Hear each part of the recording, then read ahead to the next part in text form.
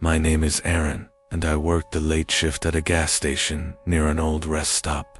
This place had seen better days: grimy floors, flickering lights, and a single, outdated pump. Most nights, I'd spend the hours staring out the window, watching the trucks and cars roll by. But one night, something was different. It was 2:45 a.m., and I had just finished cleaning the counter when I saw a car pull into the lot. It was an old, rusted minivan, the kind you'd expect to see abandoned somewhere. I didn't think much of it until I noticed a man inside. He was hunched over the wheel, his face hidden by the shadows. But what caught my attention was the strange fog surrounding the van. It was as if the fog was following the vehicle, creeping along the ground, swirling in the cold night air. I watched as the man got out, walking toward the station with a slow, deliberate pace.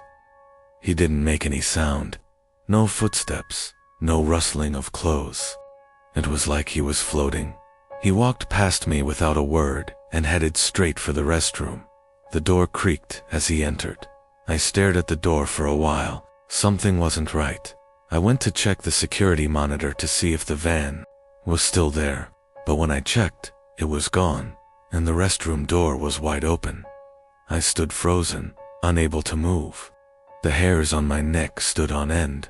Then the restroom door slammed shut. I rushed over, banging on it, but no one answered. The air smelled of something familiar but wrong, like a mixture of old leather and rotting wood. I pulled the door open. The man wasn't inside, but what I found in the corner sent chills down my spine. The floor was covered in footprints that led nowhere, and there, in the farthest corner, was a single red-handled knife lying on the ground. I ran outside to look for the van. It was parked across the lot, but no one was inside. I haven't gone back to that gas station since, and every time I pass that old rest stop, I swear I can see the van in my rearview mirror, but it's always gone before I can turn around. My name is Zoe, and I worked a late shift at a remote gas station off the highway. The station was nothing special, just a small building with a couple of pumps, but it had something strange about it. It wasn't until I started working there that I noticed the red sign. It was on the back wall of the station, barely visible unless you were looking for it. It read, "Keep your distance." I never thought much of it, just a weird, old sign. Until one night, around 3:30 a.m., a car pulled in, a black sedan, quiet. Too quiet for a car that old. It wasn't making the usual sounds. The engine sounded like it was running on fumes. The driver didn't get out, just sat there, staring at the pump. I thought it was odd, but maybe he was just waiting for the gas to finish. I went back inside to check the register, but when I looked up, I saw something. The driver was no longer in the car. The door was still open, but there was no one around. I stepped outside, cautiously walking toward the vehicle. The air was thick, heavy, like something was pressing down on me. As I got closer to the sedan, I saw the driver's seat was empty, but there was something strange in the back. A red glow. It came from behind the tinted windows, casting an eerie light on the pavement. I backed away, my heart racing. Just then, I heard the door behind me creak open. I spun around. Then the driver was standing there. His face was completely shrouded in shadow, but I could make out one thing. His eyes were glowing red like the light in the back of the car. He didn't say anything, just walked past me, his steps silent on the asphalt. And then, as he reached the red sign on the back wall, he disappeared. I ran back inside, slamming the door shut. The red light from the car still flickered in my mind. I called my boss the next morning, told him I was quitting. He didn't say much, just told me to stay away from the red sign. I never went back to that gas station, but sometimes, when I drive by, I swear I see the red glow from the back of the building, and I hear that voice, low and cold. "Keep your distance." My name is Lily, and I worked the graveyard shift at a small, run-down gas station on the edge of town. Nothing ever really happened there until that night. It was 4:13 a.m., and the station had been empty for over an hour. The usual few cars had stopped, but nothing out of the ordinary. I was just about to start cleaning the counter when I saw headlights in the distance. A black SUV pulled up to pump 3, the kind of vehicle you don't expect to see at a small station like this. The driver was a man in his late 50s, tall, wearing a leather jacket. He stepped out, his boots making a hollow thud on the pavement. I waved, but he didn't wave back. He didn't even look at me. He just walked straight to the pump, as if he'd been here before. I watched him as I wiped down the counter, but something felt off. The air was thick. I glanced up and saw he wasn't pumping gas. The nozzle was still in its holder, but the screen at the pump was flickering, numbers running faster than they should have been, the gas flowing into nothing. My heart skipped. "A beat, sir," I called out, walking toward him. "Are you okay?" He didn't turn around, just kept staring at the pump, his hands gripping the nozzle. I was about to go outside to check on him when I heard the clink of a coin hitting the counter. I turned around. The man was standing behind me. He was so close I could feel his breath on my neck. I jumped back. "I don't need gas." His voice was low, almost a whisper, but I heard it clear as day. "Then why are you here?" I asked. He smiled, a slow, cruel smile. "To make sure you never leave." And just like that, he was gone. I rushed outside to find the pump still running, but the SUV was gone. The parking lot was empty. I checked the security footage. The man had never been there. The station had been empty the whole night. I quit right then, but every time I close my eyes, I see his smile, and sometimes I hear his whisper echoing in the back of my mind. "You're still here." My name is Chris, and I used to work at a gas station off Highway 16. It wasn't a great job, but it paid the bills. The station had one rule: do not enter the storage room after midnight. I always thought it was some weird superstition, until the night I broke the rule. It was 2:27 a.m. when I heard something knocking from inside the storage room. A slow, deliberate tap tap tap against the metal door. I froze. The station was empty. No one had come in for the last hour. Maybe it was a rat, or the wind. Then it knocked again, 3 times, louder, stronger. I grabbed the store keys, my heart hammering. I had worked here for over a year, and nothing had ever happened before. So I unlocked the door and opened it. The room was empty, just rows of shelves, stacks of toilet paper, cleaning supplies. Nothing out of the ordinary. But the air felt wrong, thick, heavy, like the whole room was pressing in on me. I stepped inside, and the door slammed shut behind me. I spun around, grabbing the handle. It wouldn't budge. Then I heard it, breathing right behind me, long, slow, rattling breaths. I turned. There was someone standing in the corner. No, not someone, something. Its body was thin, too long for a human. Its arms hung limp at its sides, fingers twitching. Its face was covered in shadows, but I could feel its eyes watching me. Then it moved, not like a person, more like glitching video footage. 1 second, it was across the room. The next it was right in front of me. I couldn't scream. I couldn't move. Then it reached for me, cold. Bony fingers brushed my throat, and then the door flew open. I stumbled back into the gas station, gasping for air. The storage room was pitch black, darker than it should have been. Then the door slammed shut on its own. The knocking never came back. But sometimes, when I pass an empty hallway, hear breathing, and a slow, deliberate knock.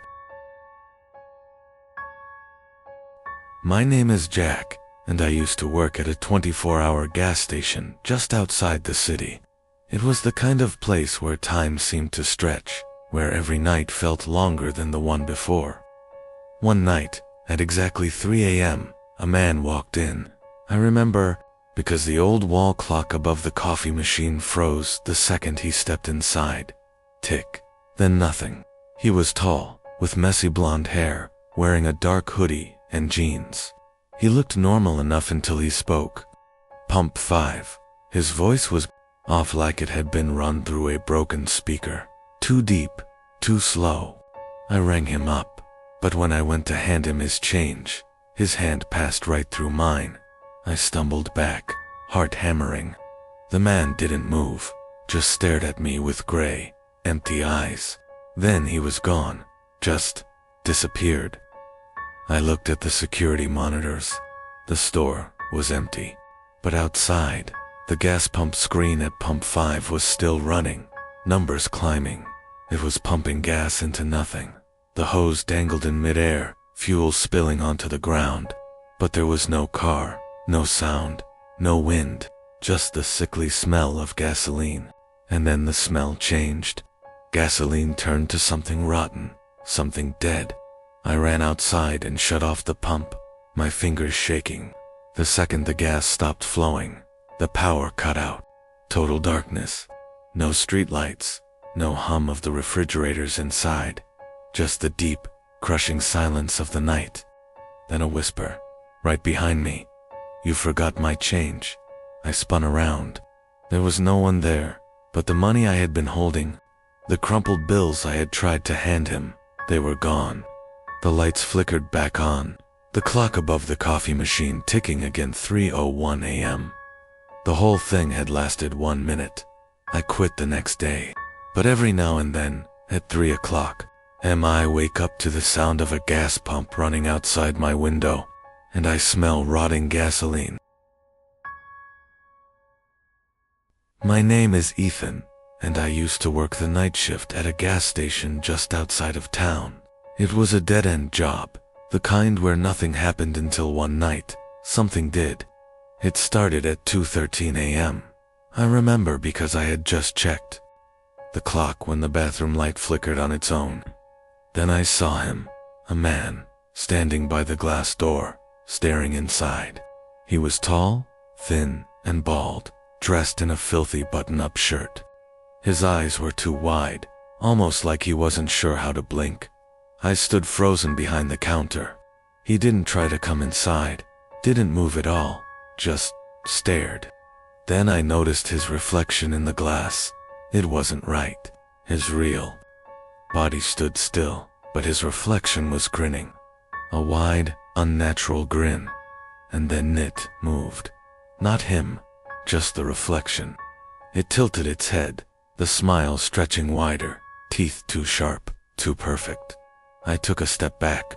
The reflection took a step forward. I grabbed the station phone and dialed 911, my fingers shaking.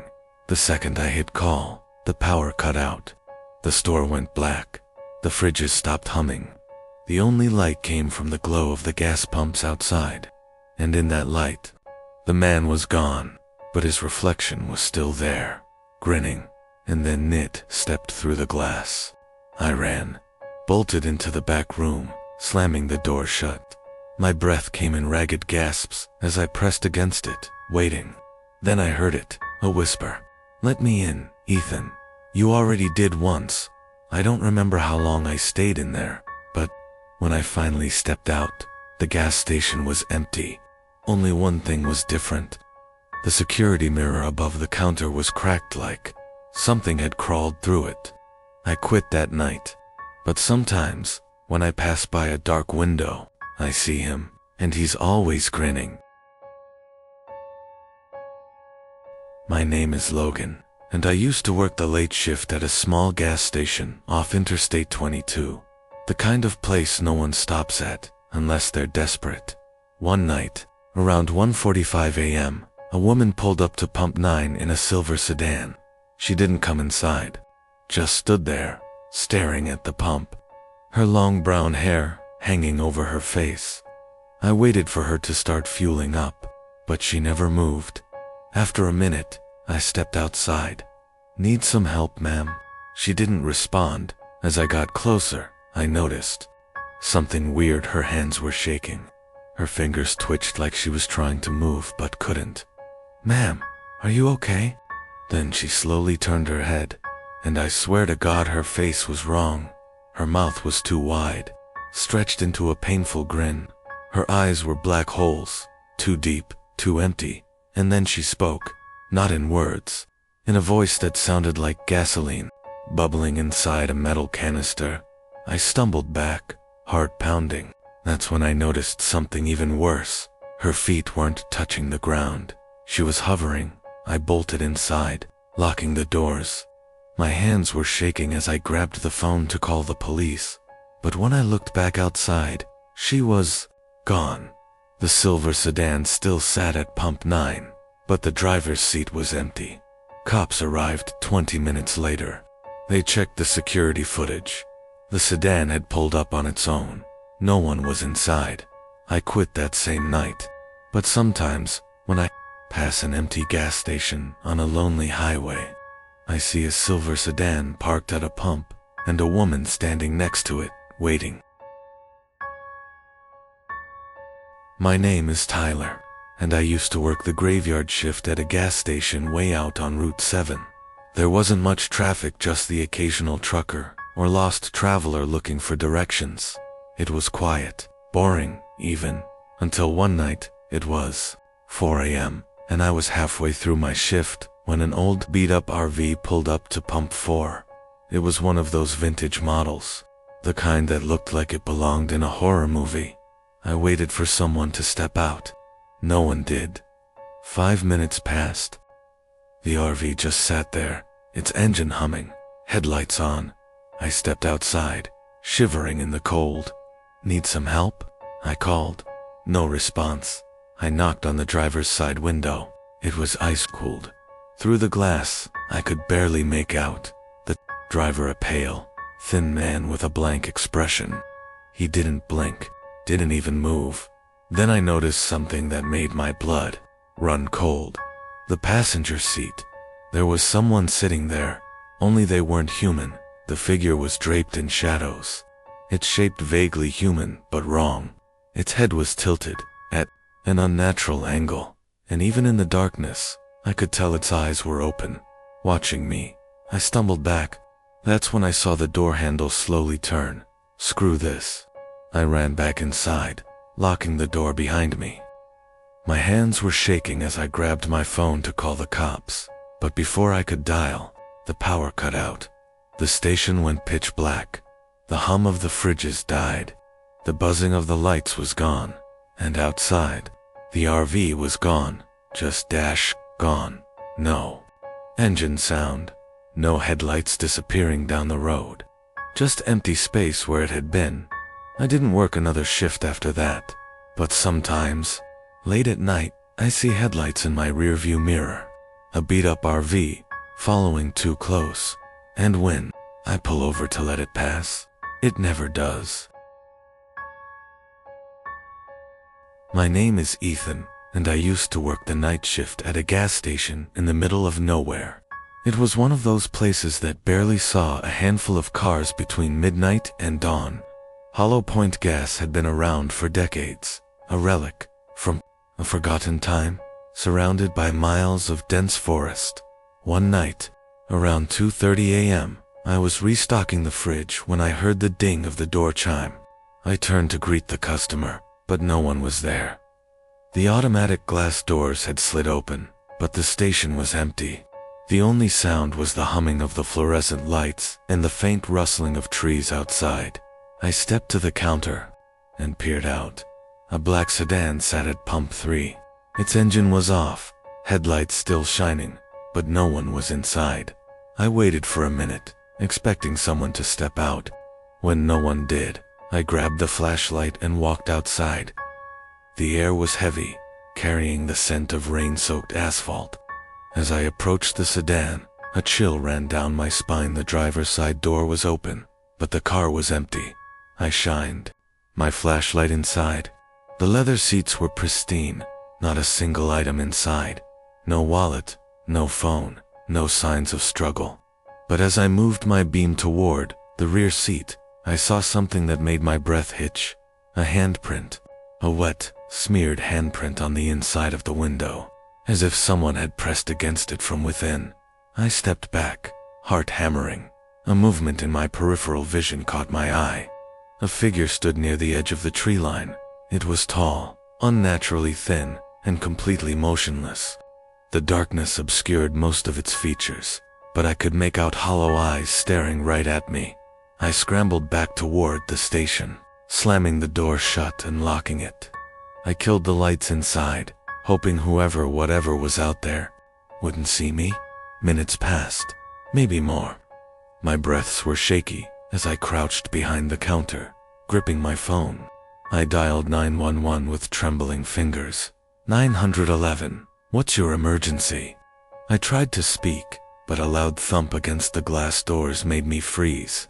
My phone slipped from my grasp, clattering onto the floor. Slowly, I peeked over the counter. The thing was standing just outside. Its head was tilted at an unnatural angle, elongated fingers pressed against the glass. I squeezed my eyes shut, muttering under my breath, hoping it would go away. But then, the lights flickered back on, and it was inside.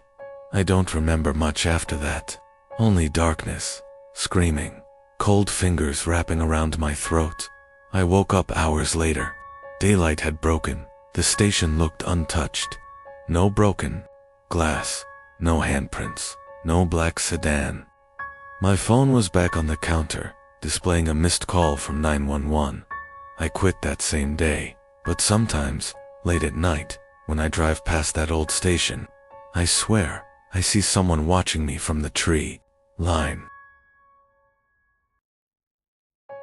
My name is Derek, and for 5 years, I worked the night shift at a gas station off Highway 14, the kind of place truckers stopped for coffee, and drifters came through looking for a bathroom. One night, at around 3 a.m., a car rolled up to pump 6. It was an old, rusted station wagon, headlights dim, engine rattling. A man stepped out tall, wiry, with sunken eyes. He wore a black hoodie, but something about him felt ... off. He didn't come inside, didn't even grab the pump. He just stood there, staring at the station. I watched him from behind the counter. At first, I figured he was just another weirdo, passing through. But then he did something that made my stomach drop. He waved, not the casual kind. A slow, deliberate wave, like he knew me. I didn't wave back. The cameras weren't working that night. They never did when something weird happened. So I grabbed my phone to snap a picture, but the moment I lifted it, the man was gone. I stepped to the window, my breath fogging up the glass. The station wagon was still there, idling. The driver's side door was open, but the man, nowhere. Then I heard a soft tapping behind me. I spun around. The cooler doors were fogged up, condensation dripping. But on the glass, just above the beer section, was a handprint, a fresh one. I backed toward the counter, my heart pounding. I had locked the doors. There was no way he got inside. Then the automatic doors slid open, and he walked in. Only it wasn't him. The thing wearing his hoodie had no face, just smooth, featureless skin where eyes, nose, and a mouth should have been. It tilted its head, like it was trying to figure me out. Then it spoke, but not in words, in static, like an old radio cutting, in and out, hissing and warping. I bolted for the back room, slamming the door shut and locking it. My breathing was ragged as I pressed against it, listening. Silence, then a whisper. You left me there, Derek. I don't know how long I stayed in that room. But when I finally got the courage to step out, the gas station was empty, the wagon gone. Only one thing was left behind, a note on the counter, written in shaky, smeared handwriting. Next time, don't leave the door open. I quit that morning. Never went back. But sometimes, when I'm driving alone at night, my radio crackles, and I hear my own name. My name is Sarah, and I've never been particularly superstitious.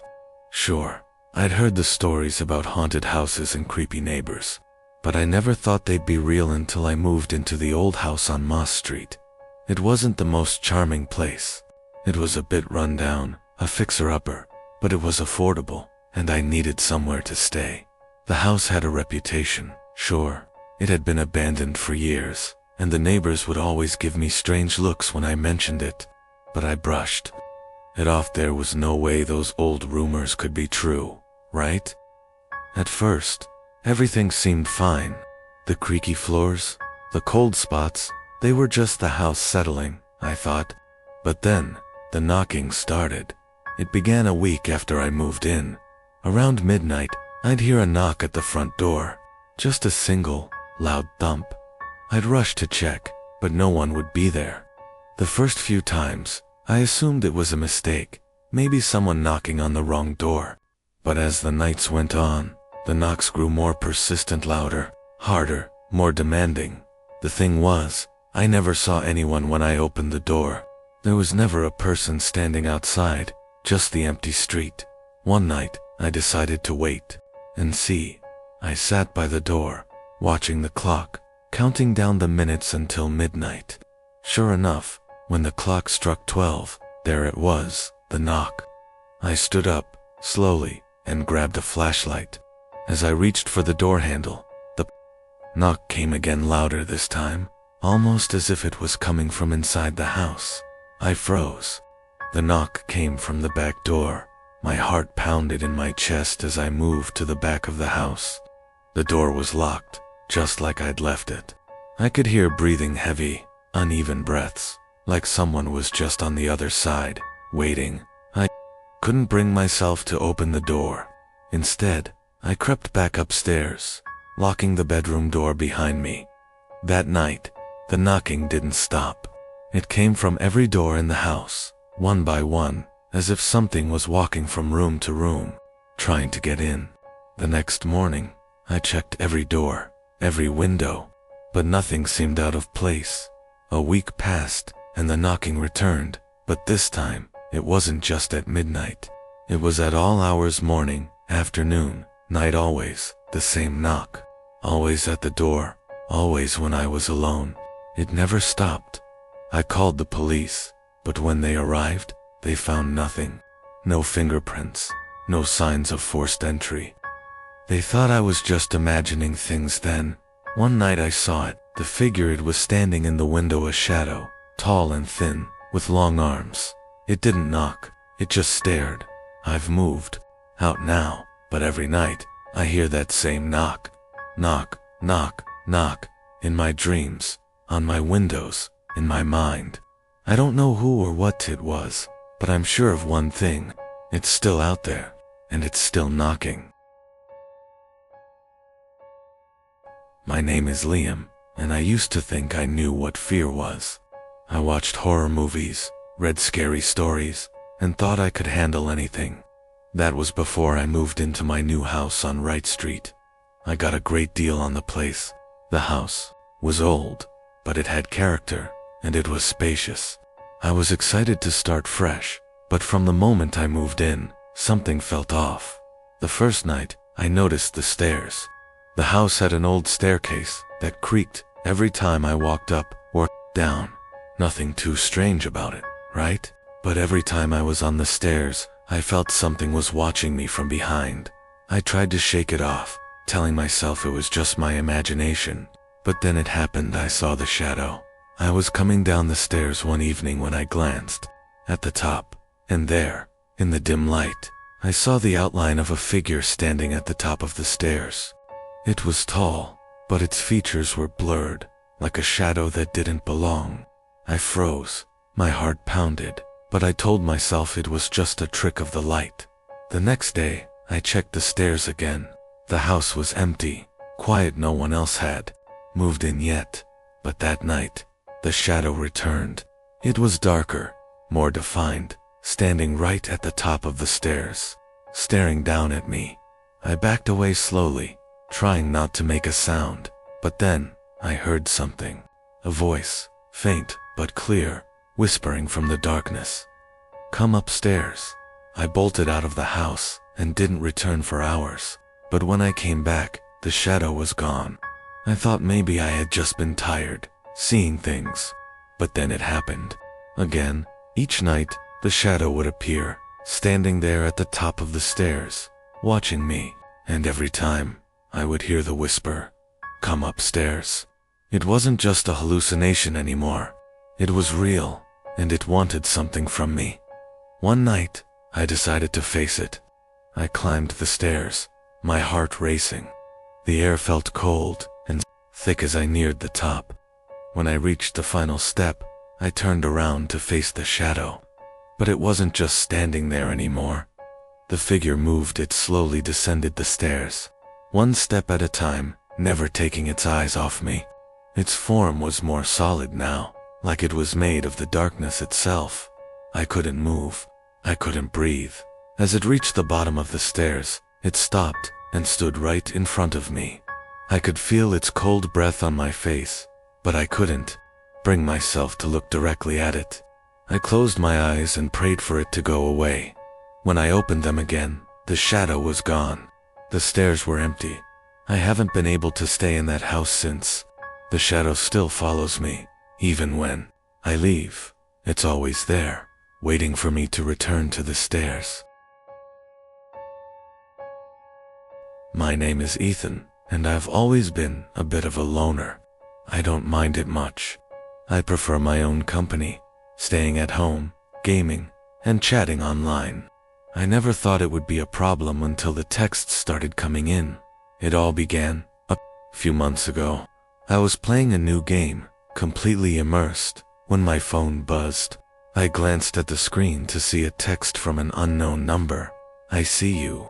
I thought it was a prank, just someone messing around, maybe a friend of a friend, trying to get a laugh. But as the days went by, the texts kept coming. They were simple at first, almost cryptic. "Where are you right now? I know you're not alone. I can hear you breathing." At first, I didn't take it seriously. I figured it was someone trolling me, maybe using a fake number. But then they started mentioning things only I could know. "I saw you leave your apartment this morning. Nice shirt you wore to the store. You shouldn't have gone to the park last night." I couldn't ignore it anymore.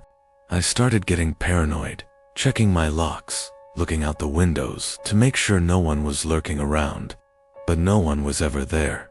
I tried blocking the number, but it didn't matter. The texts kept coming, each one more chilling than the last. "I'm behind you right now. I know what you're watching on TV. You left your front door open." I stopped going outside. I stopped using my phone, leaving it in a drawer for days at a time. But still, the texts found their way to me. No matter what I did, it felt like the stalker knew everything about me. One night, I got a text that nearly made me lose my mind. "I'm in your apartment." I froze. I had locked every door, every window. No one was supposed to be here. Panic set in as I grabbed a flashlight and started searching every room. The place was empty, not a soul in sight. But when I went to the bathroom, I found something that made my blood run cold. A note was taped to the mirror. "I told you I would be watching." The worst part, the handwriting was mine. I haven't heard from the stalker in weeks, but I can still feel their presence. I'm afraid to sleep, afraid to leave my apartment. And every time my phone buzzes, I can't help but wonder, is it them? Whoever they are, they're still out there, watching, waiting. My name is Carla, and I've always been skeptical about things like ghosts or supernatural occurrences. I used to think that people who believed in them were just scared of the unknown. But that was before I moved into my apartment. The apartment was cheap, a bit run down, but it had a great view. I could see the entire city from the large window in the living room, which was what sold me. The first few nights, everything was peaceful, but soon, strange things started happening. At night, I would wake up to the feeling of someone watching me. It wasn't just the sense of being observed, it was something more. I could feel eyes on me, staring through the darkness. I checked the locks, closed the blinds, and made sure everything was secure. Yet, That feeling never went away. Eventually, I decided to look out the window at night to see if maybe there was someone standing outside. Maybe just a passerby or a curious neighbor. The first time I checked, there was no one. The street was empty. But the next night, I saw a figure standing across the street, staring directly at my window. It was too far away for me to make out any details, but I could feel the intensity of their gaze. I shrugged it off, thinking it was just some random person. But then, every night, the figure would appear at exactly the same time, always standing in the same spot. I tried closing the blinds, but somehow, the feeling of being watched didn't go away. I'd wake up in the middle of the night and see their silhouette through the blinds, unmoving, just staring.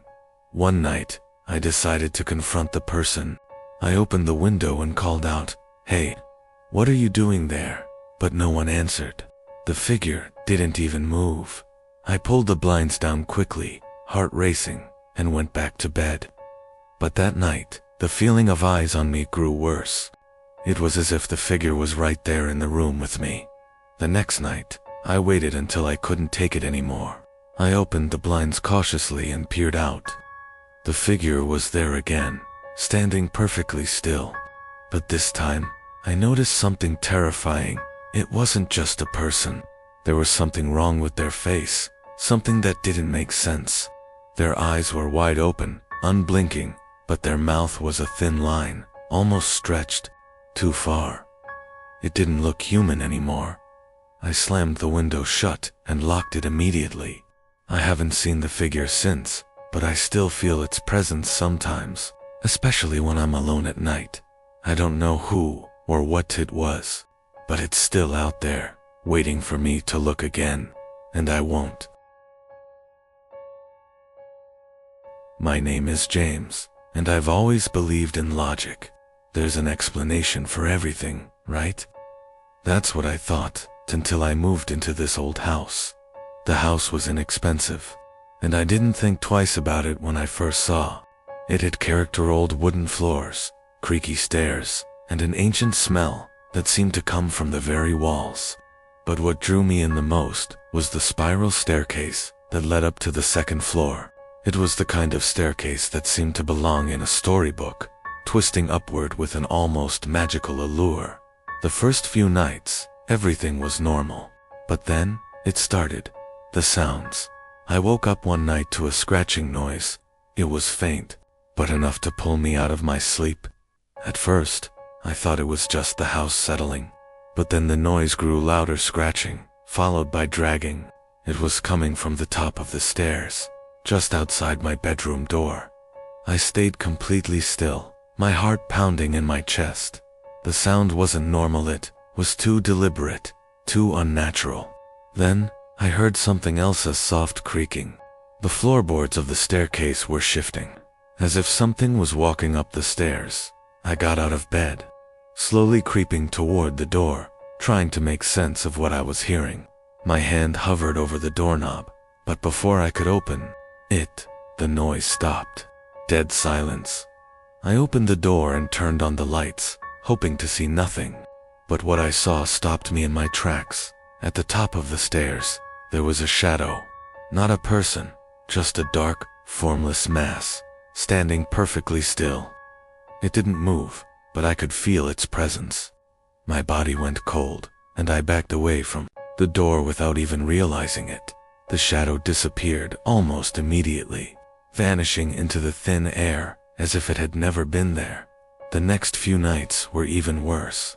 The sounds returned, but this time, they weren't just confined to the stairs. Something I don't know what was pacing through the house. The scratching would come first, followed by dragging, and then whispering voices, faint but unmistakable, would fill the air. I would hear the unmistakable sound of footsteps moving up and down the stairs, but when I checked, no one was there. One night, I decided to face whatever was haunting me. I gathered all the courage I could and climbed the stairs. As I reached the top, I saw it again, the shadow, now standing directly in front of me, just beyond the railing. I tried to speak, to say something, but no words came out.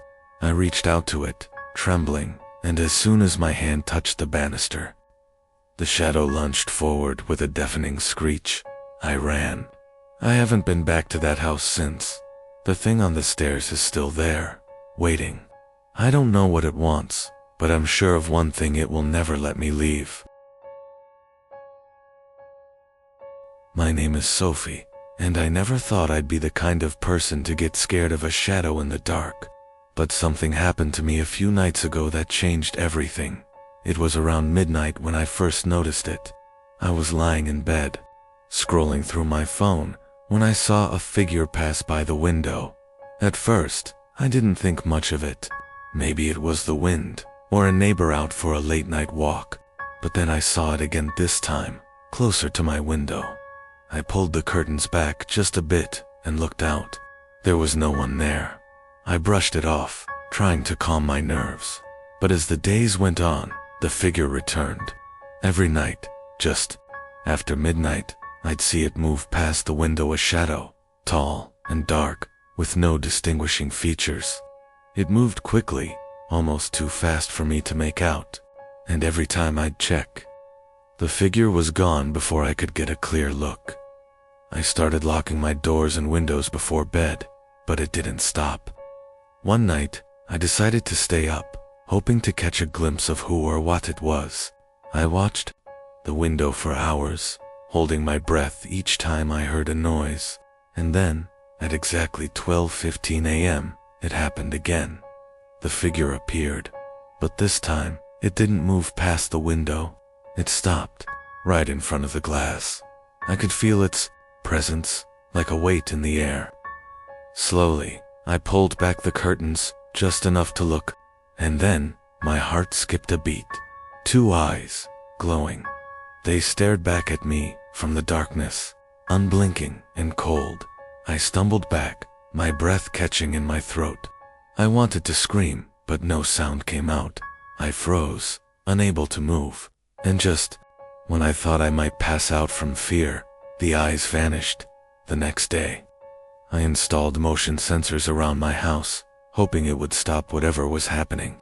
But that night, I saw it again. This time, the eyes were in the hallway. I woke up to the sound of breathings, low, heavy breaths, coming from the darkness just beyond my door.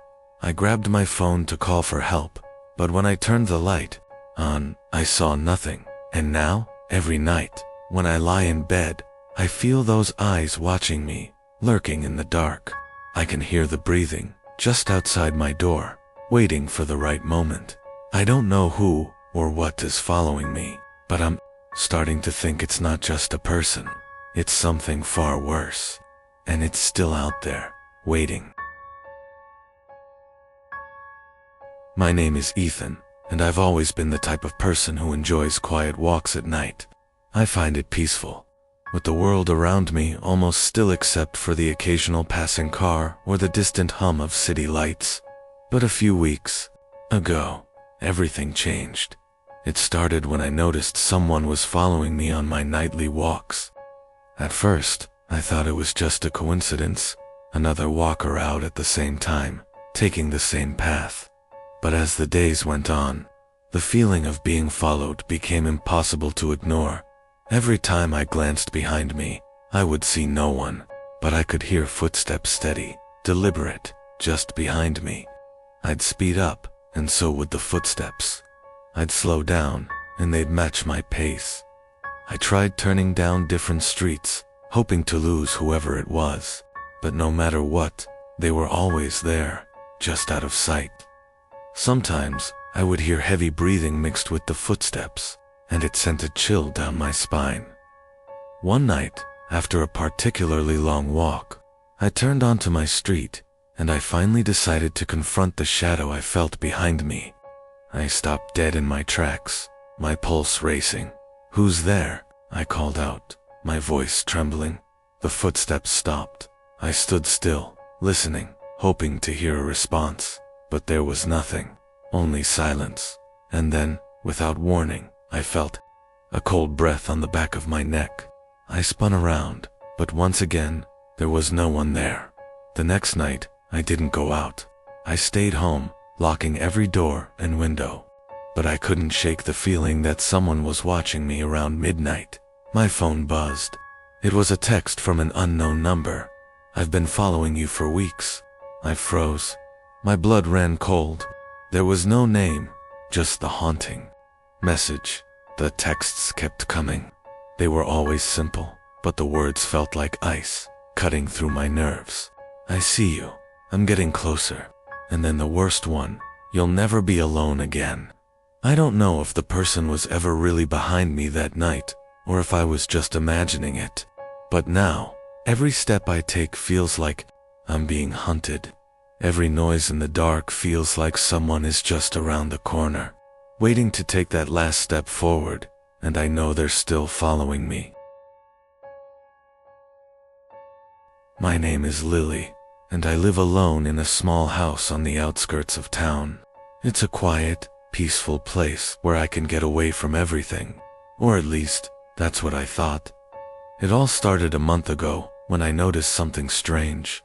Every time I came home from work, my front door would be slightly ajar. At first, I thought I was just forgetful, but the feeling of unease began to build. I started locking everything: windows, doors, even the garage. But no matter what I did, the door would always be cracked open by just an inch dot. Then, one night, it escalated. I was sitting in my living room, watching TV, when I heard a soft knock on the window. It wasn't a loud knock, more like a tap. I hesitated for a moment, then slowly got up to look out. There was no one there.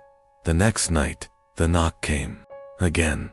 But this time, it wasn't just one tap, it was a series of fast knocks. I rushed to the window, heart racing, and pulled back the curtains. There, standing outside, was a man wearing a blank, white mask. His eyes were wide open, staring at me with a cold intensity. I stepped back, trying to steady my breath, but when I looked again, he was gone. I bolted the door and called the police, but by the time they arrived, there was no sign of anyone. They checked the area and found nothing suspicious, but I knew he was still out there. The knocks came every night after that. Sometimes they were louder, sometimes softer, and each time he was wearing that same mask. I could hear his breathing outside my window, but I never saw his face again. One night, I decided to do something about it. I waited by the window, staring into the darkness. After hours of waiting, I finally heard the familiar knock. My heart raced as I slowly pulled back the curtain, ready to confront him. But this time, there was no mask, just empty, hollow eyes staring back at me from the window. I haven't heard from him since that night, but I can't help but feel like he's still watching. Every time I go to bed, I check the windows, and every time, I wonder if he's out there, waiting. My name is James, and I never thought much of late-night calls. I'm a heavy sleeper, so a phone call in the middle of the night usually just goes unnoticed. But one call changed everything. It started 2 weeks ago. I was lying in bed, about to drift off, when my phone rang. I didn't think it was important, just some spam. I tried to ignore it, but it rang again. This time I answered. The voice on the other end was disturbingly calm. "I'm watching you." I froze. My throat tightened. I was sure it was some kind of prank, but the voice sounded so real, so chilling. I hung up. The calls kept coming. Every night, at exactly 3:33 a.m. The same voice, saying the same thing. "I'm watching you." I tried blocking the number, but the calls came from different numbers every time. One night, I decided to confront it. I answered the call again. "Who is this?" I demanded. The voice laughed. "I told you. I'm watching you, and I'll never stop." I hung up, my heart pounding in my chest. The next morning, I checked my front door. There was nothing. But as I turned to go back inside, I noticed something. There was a note on my doorstep. I picked it up. The note simply read, "I see you. I don't know how, but the calls have stopped for now. But every night, I still check the windows, the door, just to make sure no one's out there." because now I know. The person who was calling wasn't just stalking me on the phone. They were already inside my life, watching me every moment, and I can't shake the feeling they're still watching. My name is Rachel, and I've always considered myself an independent woman. I live alone in a small apartment on the edge of town. It's quiet, secluded, perfect for someone who enjoys her privacy. But recently, I've been feeling, watched it. Started with small things. A shadow in the corner of my vision when I looked out my window, or the sound of footsteps in the hall when I was sure no one was there. At first, I thought it was just my imagination, but the feeling didn't go away. One night, I decided to stay up late, watching a movie. It was around 2 a.m. when I saw it. I glanced at the window and froze. There was someone standing outside, just beyond the glass. He was looking at me. I couldn't make out his face clearly, but I could see his eyes, piercing, unblinking, staring directly at me. The man didn't move, didn't blink. It felt like hours passed before he slowly stepped back into the darkness. My heart raced, and I immediately ran to the door to lock it. But when I turned around, the window was completely clear. Nothing was there. I checked the security cameras, but there was no sign of anyone. I thought I was losing my mind. The next day, I installed better locks, reinforced everything. I was paranoid, but it didn't matter, because that night, he was back. This time, he was standing closer to the window, so close I could make out the outline of his face. He smiled at me, and it wasn't a friendly smile. It was something darker. Something that made my blood run cold. I grabbed my phone to call the police, but before I could dial, he vanished. I thought I was safe, but then, my phone buzzed. I received a text. It was a picture of me from inside my apartment, taken through the window. The message said, "I'm closer than you think. I never felt safe in my apartment again." The stalking didn't stop, and every time I look out the window, I wonder, is he watching me now?